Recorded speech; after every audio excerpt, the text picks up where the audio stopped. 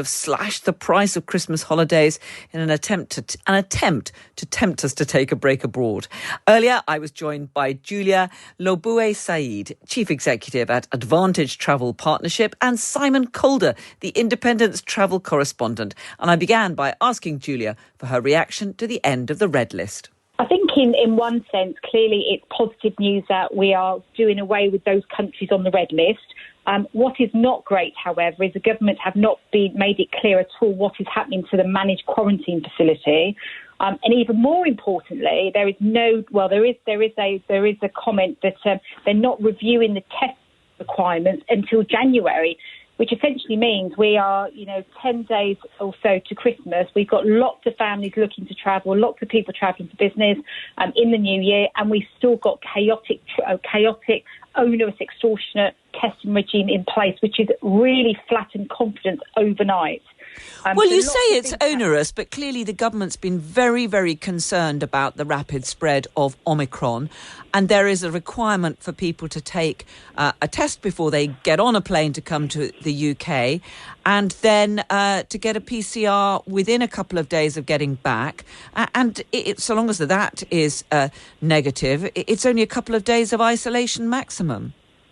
If you can afford to stay home and if you can afford the PCR test. And I'd argue they absolutely are onerous. We are at home, we're concerned about Omicron at home, yet we are not currently testing to enter facilities and having to pay for them, and yet travellers are penalised. If the government is that concerned, if they want to sequence, if they want to look at the data, which incidentally they do not share in totality, then they should be making those tests free, available for travellers and not penalising them. Simon, what do you make of the decision to remove these 11 countries from the red list? Well, I mean, it's been almost a fortnight, I think, for most of them, and others are newcomers, like Nigeria. I think it's just 8 days. Frankly, Carol, I think this is utterly symptomatic of a complete understanding, not just of the travel industry, but of human nature. And it's the very definition of making things up as you go along. Let me take you back 2 weeks to when the Prime Minister said we are buying time with these new restrictions, creating a red list again, bringing that back, and hotel quarantine at enormous expense.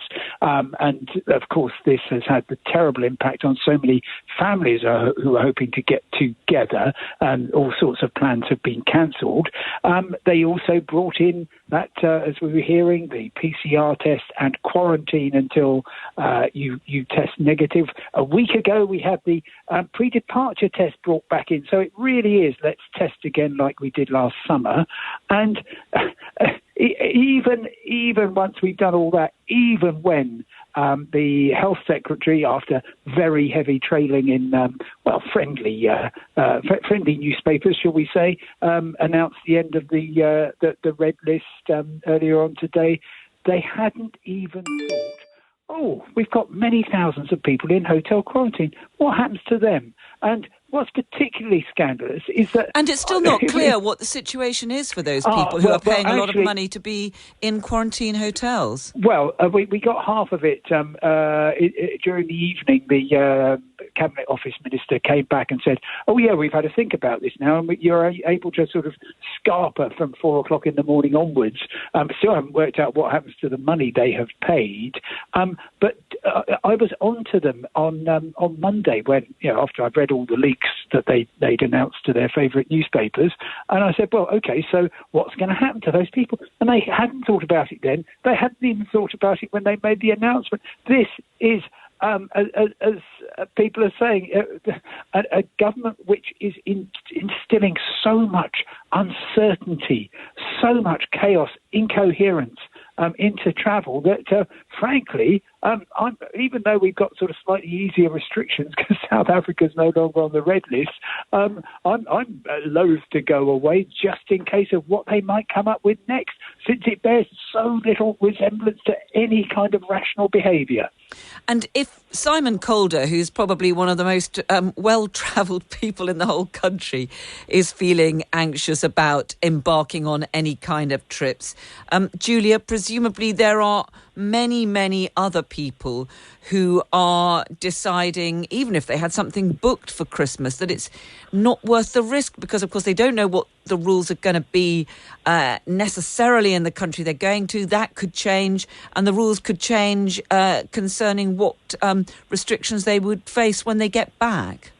Yeah, it's created a huge level of complexities and, as you say, complete uncertainties.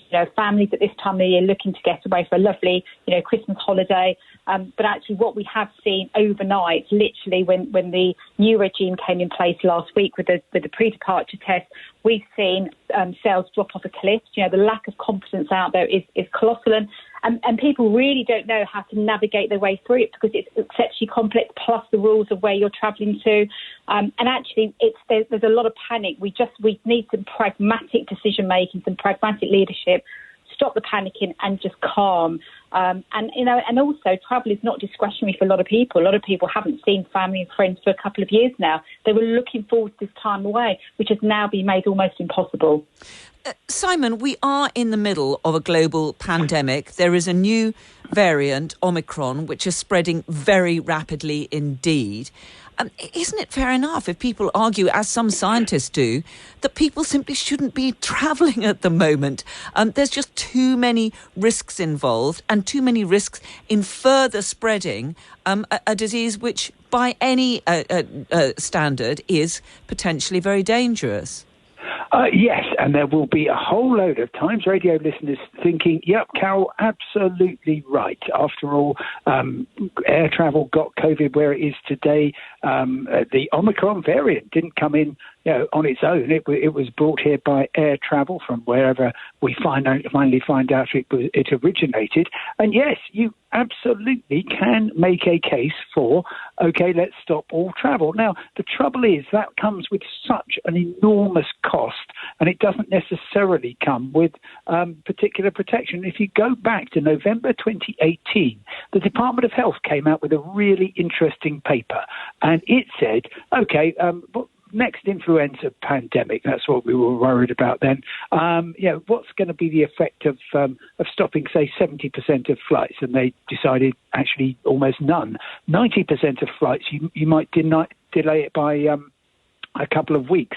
99% of flights delay it by 2 months. And so, yes, you can say, let's stop all travelling. And most definitely, if the government was trying to come up with a sequence of decisions which was going to keep us all guessing and make even people like me who love travel more than anything think, oh, actually, I don't know if I can be bothered because last time I was in America, they suddenly brought in self-isolation when I came back.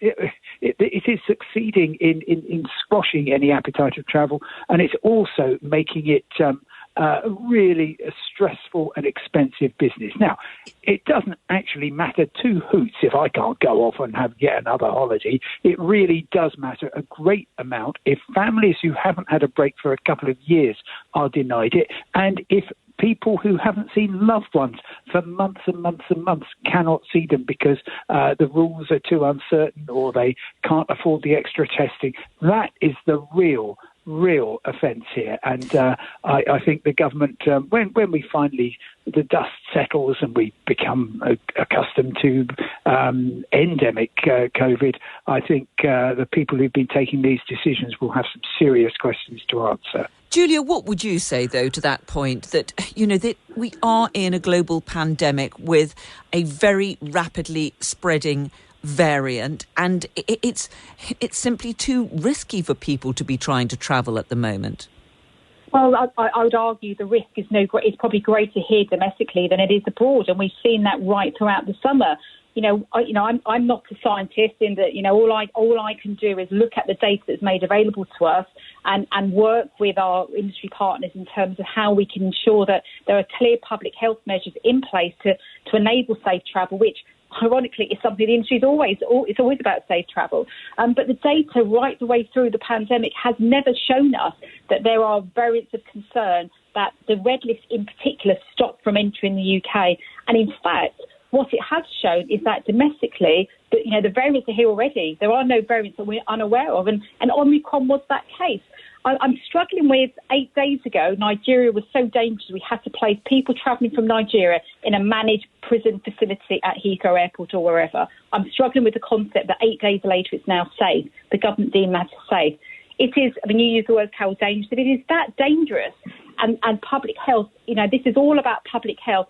The measures have to go in line with that. We're not seeing that domestically. We can sit with 50,000 people in a football match, not test, not show COVID passports, not be vaccinated, and yet international travel with all the safety protocols that are in place already and continue to be in place.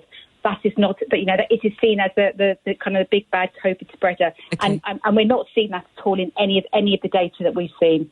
Simon, if people are prepared to take the risk, there are some pretty big bargains out there, aren't there?